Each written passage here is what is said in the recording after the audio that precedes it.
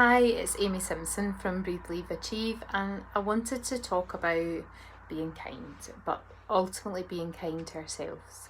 So often what happens when we are feeling stressed and overwhelmed, and that little inner critical voice just gets to work in the mind, we start to become really super critical of ourselves. We start to um, be quite cruel and very, very unkind to ourselves. We tend to pick holes in everything that we do.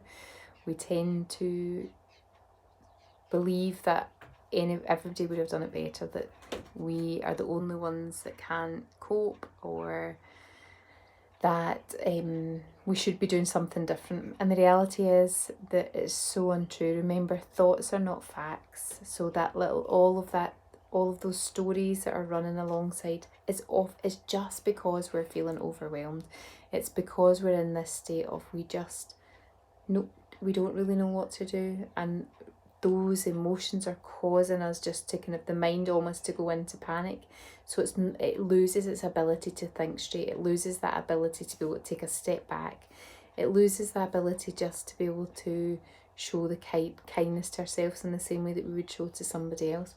So I often say to people, in those really difficult times when that little voice is like on the rampage, just with all of that chatter about what we could be doing better, how we could be handling this better, that we're stupid for feeling this way, that whatever that says, is to think if you were speaking to a friend, if you were speaking to a colleague, if somebody else was describing how they were feeling, that they were feeling worried, they were feeling scared, they were feeling overwhelmed, or just completely exhausted, would you speak to them in the way that you're speaking to yourself?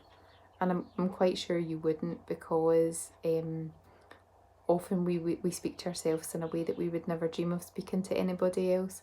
So it's seeing if we can bring that kindness and compassion that we would very, very easily show to somebody else who was struggling at this moment, or who was feeling overwhelmed. Seeing if we can bring some of that kindness and that compassion to ourselves, because being kindness really should start with ourselves. There's a lovely saying about we can't give to others what we don't give to ourselves first of all. And we need to remember this, because often we are very, very good at giving. We give all of our time, we give all of our advice, we give all of our kindness, we give our expertise, we give our knowledge, but we're not very good at receiving.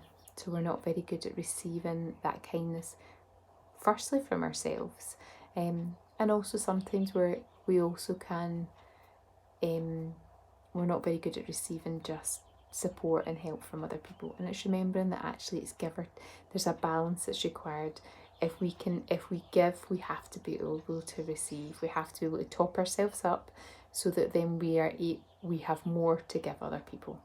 So please notice those difficult emotions, notice that dialogue that we're having, but please find that same kindness and compassion that you would so freely and easily give to somebody else, and just give that back to you. Okay.